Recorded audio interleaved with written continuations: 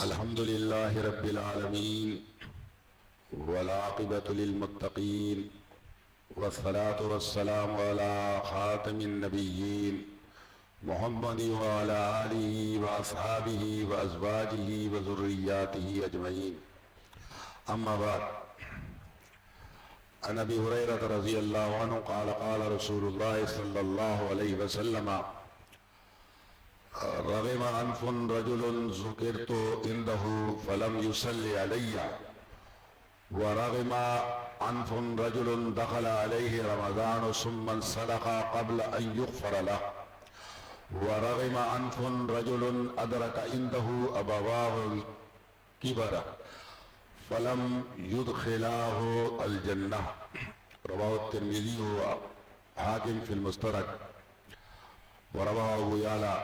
فی مسندہ. یہ ایک روایت ہے جو تفصیل کے ساتھ ابو یعلا میں آئی ہے کہ ابو ہریرہ رضی اللہ عنہ نے نبی صلی اللہ علیہ وسلم کے متعلق یہ بات ذکر کی کہ نبی صلی اللہ علیہ وسلم ایک بار منبر پر چڑھے اور 3 بار آپ نے فرمایا آمین آمین آمین. تو صحابہ نے آپ سے یہ استفسار کیا، یہ بات پوچھی کہ آپ نے یہ آمین آمین آمین کیوں کہا؟ تو اللہ کے رسول صلی اللہ علیہ وسلم نے فرمایا کہ میرے پاس جبریل امین آئے اور یہ کہا کہ رغم انف رجل ذکرت عنده فلم يصلي علی، وہ شخص ذلیل و رسوا ہو، وہ شخص خسارے میں جائے، اس کی ناک خاک آلودہ ہو کہ جس کے پاس میرا ذکر کیا گیا اور اس نے مجھ پر درود نہ پڑا. آپ کہیے آمین، تو میں نے آمین کہا. اب اس سے یہ معلوم ہوتا ہے کہ نبی صلی اللہ علیہ وسلم پر درود پڑھنا کتنی بڑی اہم عبادت ہے. ایک اور روایت جو ابو ہریرہ رضی اللہ عنہ ہی اس کے راوی ہے اور بخاری مسلم کے اندر موجود ہے، مسند احمد کے اندر ہی موجود ہے، اور امام ترمذی، امام نسائی اور امام ابو داؤد بھی لے کر آئے ہیں کہ نبی صلی اللہ علیہ وسلم نے فرمایا: من صلی علیہ واحدہ، جس نے مجھ پر ایک بار درود پڑھا، صلی اللہ علیہ بہا عشرہ، تو اللہ اس کے اوپر 10 رحمتیں نازل فرماتا ہے. ایک دوسری روایت جو امام احمد ابو طلحہ رضی اللہ عنہ سے لے کر آئے ہیں کہ نبی صلی اللہ علیہ وسلم سے ابو طلحہ ذکر کرتے ہیں کہ آپ صلی اللہ علیہ وسلم نے فرمایا: اتانی آتم من عند ربی عز و جل، کہ میرے پاس ایک آنے والا آیا اللہ رب العزت کی جانب سے. فقال، اس نے کہا: من صلی علیک من امتک، کہ اللہ رب العزت یہ ارشاد فرماتا ہے کہ تیری امت میں سے کسی شخص نے تجھ پر درود پڑھا، یعنی نبی صلی اللہ علیہ وسلم پر درود پڑھا، کتب اللہ لہو، اللہ لکھتا ہے اس کے لیے، بہا، اس درود پڑھنے کی وجہ سے، 10 حسنات، 10 نیکیاں، وماہا عنہ 10 سیئات، اور 10 برائیاں، 10 گناہ اس کے مٹاتا ہے. ورفع لہو 10 درجات، اور بلند کیے جاتے ہیں اللہ کی جانب سے اس کے درجات. اس سے معلوم ہوا کہ یہ درود پڑھنا بہت اہم عبادت ہے، بڑے ثواب کا کام ہے. اور جو شخص نبی صلی اللہ علیہ وسلم کا ذکر ہو، آپ کا نام نامی بلند کیا جائے کسی محفل میں آپ کا نام لیا جائے اور وہ درود نہ پڑھے، تو آپ نے فرمایا: البخیل، بڑا بخیل ہے، کنجوس شخص ہے، من ذکرت عنده، جس کے سامنے میرا ذکر کیا جائے، فلم یصلی علی، اور وہ مجھ پر درود نہ پڑھے. تو درود پڑھنے کی اتنی اہمیت ہے، خاص طور سے جب کوئی شخص درود پڑھے کہ کہے محمد عربی صلی اللہ علیہ وسلم، تو جو حاضرین سن رہے ہیں تو وہ نبی صلی اللہ علیہ وسلم کے نام کے بعد بھی وہ بھی درود پڑھیں جو شخص آپ کا نام لے رہا ہے وہ تو کہے گا محمد صلی اللہ علیہ وسلم، لیکن جو حاضرین سن رہے ہیں ان پہ بھی یہ لازمی ہے کہ وہ کم سے کم صلی اللہ علیہ وسلم ضرور کہیں۔ تو ایک تو وہ شخص ہے جس کے سامنے اللہ کے رسول صلی اللہ علیہ وسلم کا نام لیا جائے اور وہ درود نہ پڑے تو وہ بڑا بخیل ہے۔ دوسری چیز یا دوسرا شخص اس کے متعلق اس حدیث کے اندر آگے آتا ہے وَرَغَمَ أَنْفُ الرَّجُلِ، اور اس شخص کی ناک بھی خاک آلودہ ہو، ذلیل و رسوا ہو، دخل علیہ رمضان، اس پر رمضان کا مہینہ داخل ہوا، ثم انسلخ، پھر وہ رمضان کا مہینہ گزر گیا، قبل اس سے پہلے ان یغفر لہ، کہ اس نے اپنی مغفرت نہ کروائی۔ تو یہ رمضان کا مہینہ گزر رہا ہے، آج 21واں روزہ آپ نے اور ہم نے رکھا ہے، تو یہ رمضان کا مہینہ آتا ہی اس لیے کہ یہ نیکیوں کا موسم بہار ہے، کمائی کے دن ہیں اخروی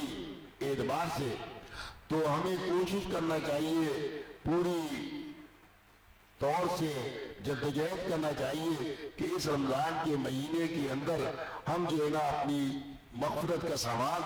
اللہ سے اپنی بخشش کا سامان کر لیں، ورنہ پھر اس وعید کو سامنے رکھیں کہ رمضان آیا اور گزر گیا اور اس شخص نے اپنی مغفرت کا سامان نہیں کیا،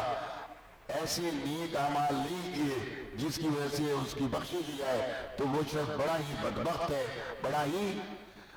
نقصان میں رہنے والا ہے اور اس کی ناک خاک آلودہ ہو، یعنی بڑے خسارے میں وہ رہا۔ تیسرے شخص کے متعلق آپ نے فرمایا وَرَغِمَ أَنْفٌ، اور وہ شخص اس کی ناک خاک آلودہ ہو، رَجُلٌ أَدْرَكَ عِنْدَهُ، کہ وہ شخص کہ اس نے پایا اپنے پاس أَبَوَاهُ الْكِبْرَ، اپنے والدین کو بڑھاپے کی حالت میں، والدین اس کو ملے اس حال میں ملے کہ وہ بوڑھے ہو گئے تھے۔ اب جب انسان بوڑھا ہو جاتا ہے تو اس کو ہر طرح کی ضرورت ہوتی ہے، بوڑھا ہو گیا ہے،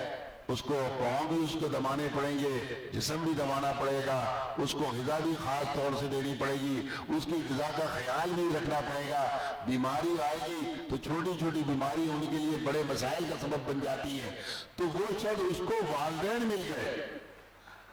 اور قرآن نے تو کہا ان دونوں میں سے ایک یا دونوں مل گئے، اور اس کے بعد اس نے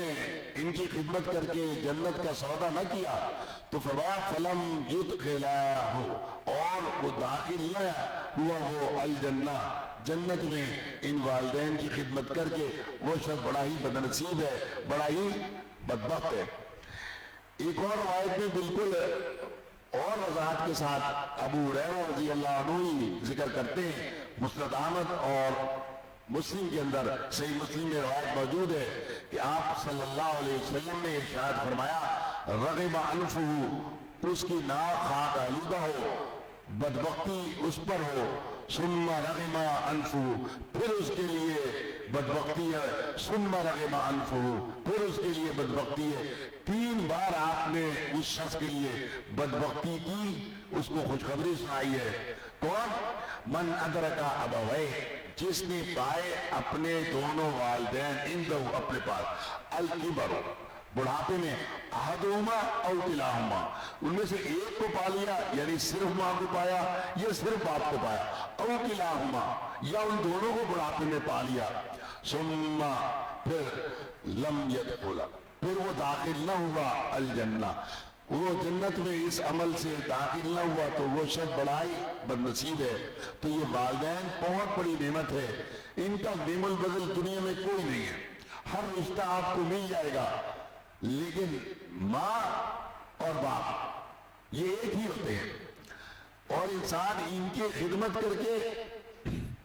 نیکیاں کما کے جنت میں نہ جائے تو یہ نعمتوں کا بھی فائدہ کیا ہوا؟ تو جن کے ماں باپ ہیں ان کو چاہیے کہ وہ اپنے ماں باپ کی خدمت کر کے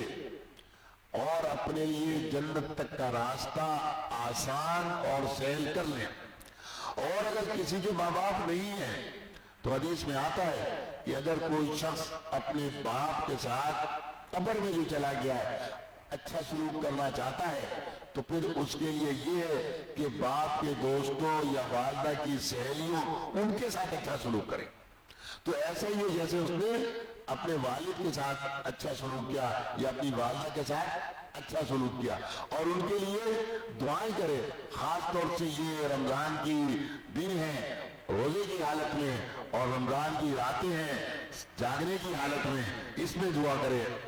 ربنا اغفر لی ولوالدی, اے رب مجھ کو بخش دے میرے والدین کو بخش دے,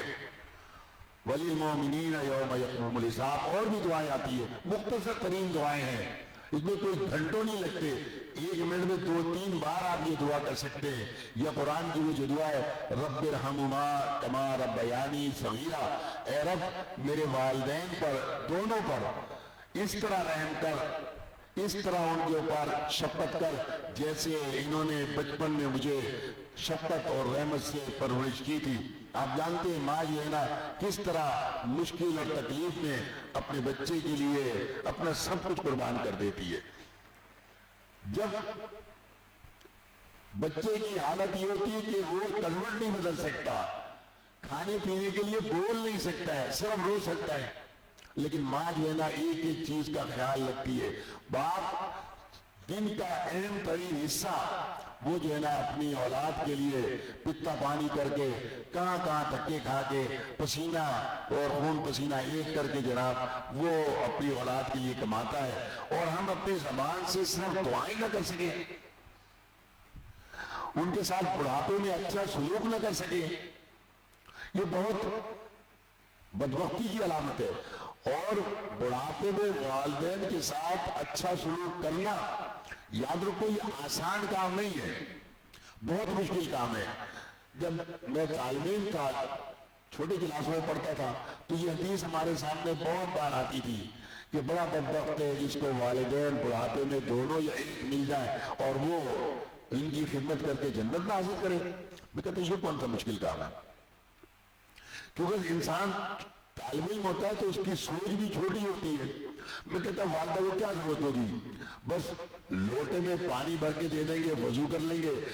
نماز ہم بچھا دیں گے, باقی تو والدہ سارے کام خود کر لیتی ہے, والد سارے کام خود کر لیتا ہے. بیمار ہو جائے گا تو سر دبا دیں گے, جسم دبا دیں گے, روز تھوڑی بیمار ہوتا ہے.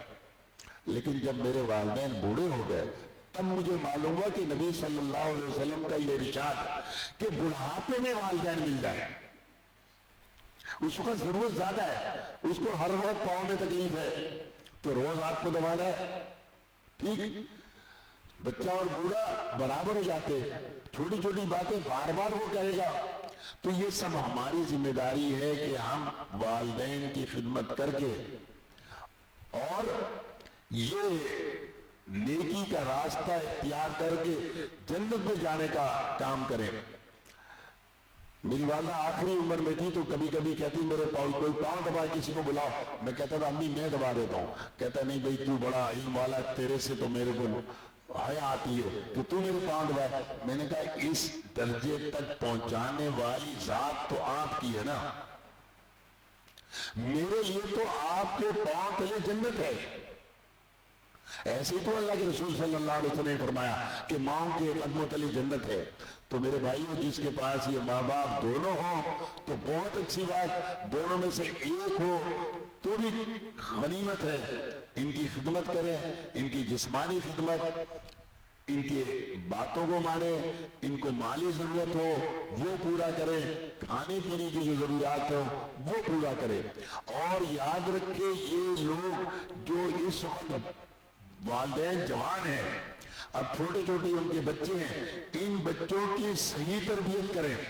ان کو دین بتائیں تاکہ جب تم بوڑھے ہو جاؤ ان کو یہ دین کی تعلیمات سامنے ہوں گی تو بڑھاپے میں یہ اولاد کام آئے گی. اگر آپ نے دنیاوی تعلیم پر یہ ساری توجہ دی ہو سکتا ہے یہ دنیا میں بڑا اعلیٰ مقام حاصل کر لیں, لیکن جب ان کے سامنے والدین کی وہ عزت اور وہ مقام وہ توقیر نہیں ہوگی جو دین بتاتا ہے تو پھر ان اولاد سے یہ امید نہ رکھنا کہ یہ تمہارے لیے کل کام آئے گی. اللہ تعالیٰ سے دعا ہے کہ اللہ تعالیٰ ہمیں جو کچھ سنا ہے اس